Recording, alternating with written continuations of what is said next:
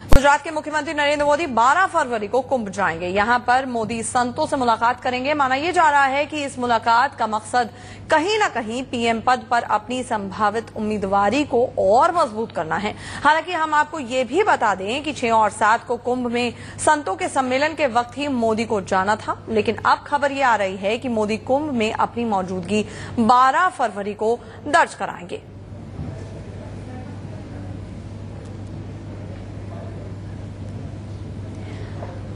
तो मोदी 12 फरवरी को जाएंगे कुंभ में। आपको बता दें कि 6 और 7 तारीख को बीजेपी अध्यक्ष राजनाथ सिंह और सुषमा स्वराज, जो कि लोकसभा में विपक्ष की नेता है, वो पहुंचने वाली थी संतों का आशीर्वाद लेने के लिए, एक तरह से हिंदुत्व के एजेंडे पर वापस लौटने के लिए और जमीन पर अपनी ताकत और बढ़ाने के लिए, जिसके साथ ही उम्मीद की जा रही थी कि गुजरात के मुख्यमंत्री नरेंद्र मोदी भी, जो हिंदुत्व के पोस्टर बॉय हैं, वहां पर पहुंचेंगे।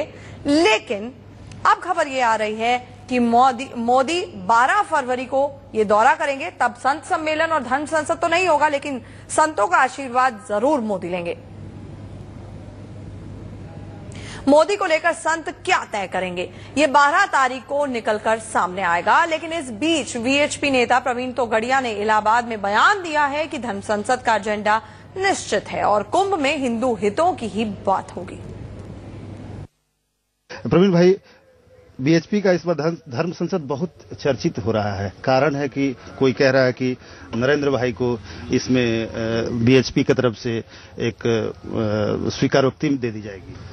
यह धर्म संसद का एक निश्चित एजेंडा है, क्योंकि देश के सभी संत और विश्व हिंदू परिषद को लग रहा है कि यह देश में हिंदू अब अनाथ है। यह देश में हिंदुओं की धार्मिक, राजनीतिक, सामाजिक, आर्थिक, शैक्षणिक चिंता करने वाला कोई नहीं है। इसके कारण न राम मंदिर बन रहा है, न गाय सुरक्षित है, न हिंदुओं की नौकरियां सुरक्षित है। उनकी नौकरियां छीनकर भी मुस्लिम आरक्षण के नाम पर दिया जाती है। न हिंदुओं की शिक्षा और बहन बेटी सुरक्षित है।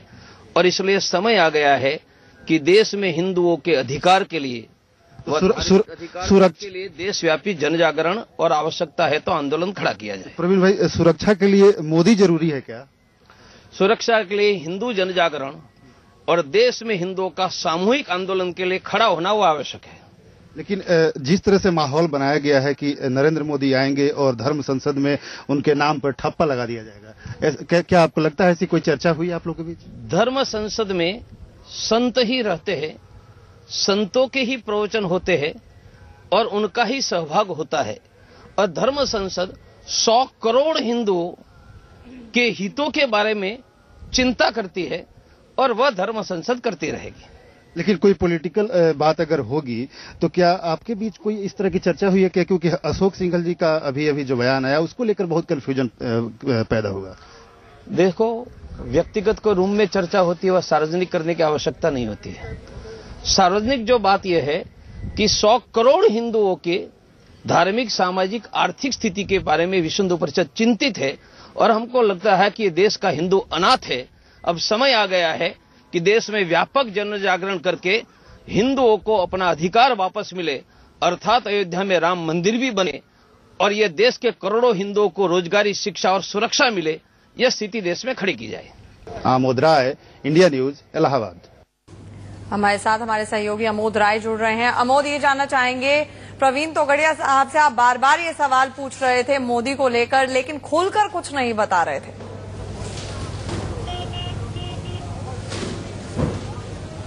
बिल्कुल, प्रवीण तोगड़िया जब भी कैमरे के सामने होते हैं ऐसे ही बोलते हैं। पर्दे के सामने उनका कुछ, कैमरे के सामने कुछ और उनका रुख होता है, कैमरे के पीछे कुछ और रुख होता है। लेकिन इतना जरूर है, उन्होंने ये इशारा जरूर कर दिया कि नरेंद्र मोदी को लेकर इस संत समागम में, संतों की जो बैठक होनी है उसमें कोई चर्चा नहीं होनी है और न ही कोई ऐसी योजना है, न ही बीएचपी के अंदर इस पर लेकर कोई बात हुई है। और ये बात वो कैमरे के सामने इशारों में कह रहे थे, कैमरे के पीछे साफ साफ कह रहे थे। आंचल, अमोद, ये जानना चाहेंगे वहां पर कि 6 और 7 तारीख को राजनाथ सिंह और सुषमा स्वराज पहुंचने वाले थे, लेकिन और उसी वक्त उम्मीद की जा रही थी कि मोदी भी इसी दौरान जाएंगे, लेकिन कोई खास वजह आपको वहां पर नजर आ रही है कि 12 तारीख को मोदी पहुंच रहे हैं और इसको लेकर वहां पर क्या सुगबुगाहट है?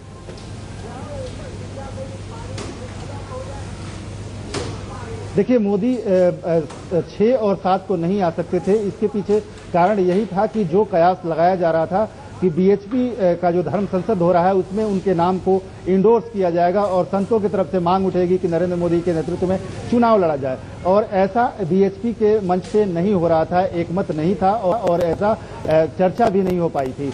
इस वजह से नरेंद्र मोदी को ऐसा लगा कि अगर इस बीच जाते हैं, इस टाइम पे जाते हैं 6 और 7 के बीच, और ऐसा नहीं होता है तो एक जो माहौल काफी अरसों से बनता आ रहा है उनके पक्ष में, ये गड़बड़ हो जाएगा। इसीलिए उनको इलाहाबाद आना तो है, कुंभ में नहाना तो जरूर है, लेकिन 6-7 को नहीं आकर अब 12 को आएंगे और यहाँ अपने कैडर्स को और आमतौर पे जो जनरल सारे संत होंगे उनको हो सकता है एक शुभेच्छा और शुभकामना देने की कोशिश करेंगे। एक पॉलिटिकल मैसेज की बात होगी इसमें, और बीएचपी से जो एक जुड़ाव है, एक जो खटपट है, वो भी इसमें कहीं न कहीं जरूर दिखता है। आंचल, मोदी ये जानना चाहेंगे यहाँ पर कि 6 और 7 को सुषमा स्वराज और राजनाथ वहां पर पहुंच रहे हैं। ऐसे में हाल फिलहाल में जो मीटिंग हुई थी उसमें भी यही सामने आया था, जो वीएचपी, आरएसएस और बीजेपी की हुई थी, कि हिंदुत्व के एजेंडे पर वापस लौटना है।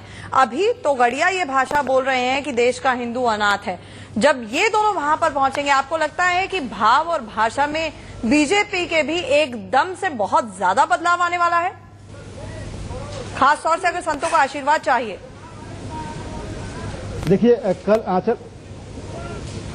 देखिए आंचल, कल मार्गदर्शक मंडल की बैठक है, परसों संतों की बैठक है, संत समागम है जिसको कहते हैं हम लोग।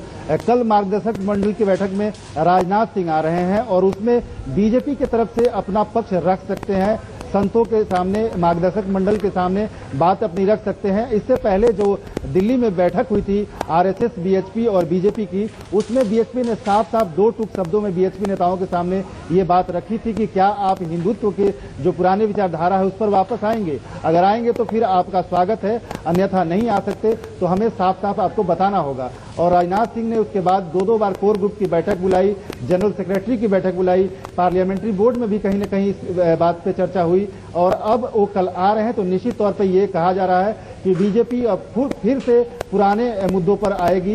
राम मंदिर का मुद्दा हो, गंगा बचाने के मुद्दा पर उमा भारती ऑलरेडी काम कर रही हैं। उसके अलावा गौ हत्या की जो बात है उसको लेकर भी धारा 370 अब चूंकि बीजेपी समझती है कि एब्सोल्यूट हो गया है, उस पर बहुत कुछ करने की जरूरत नहीं है और उस पर पॉलिटिकल काम करना होगा, इसलिए उसको तो नहीं ला सकते। लेकिन कहीं न कहीं ये इशारा है और एक तरह से बीजेपी पुराने ढर्रे पे आने को दिखने लगी है राजनाथ सिंह के नेतृत्व में। कल राजनाथ सिंह आएंगे और वही बातें जो पार्टी के बीच उन्होंने चर्चा किया है वो यहाँ कहेंगे। जी, इस तमाम जानकारी के लिए अमोद आपका शुक्रिया।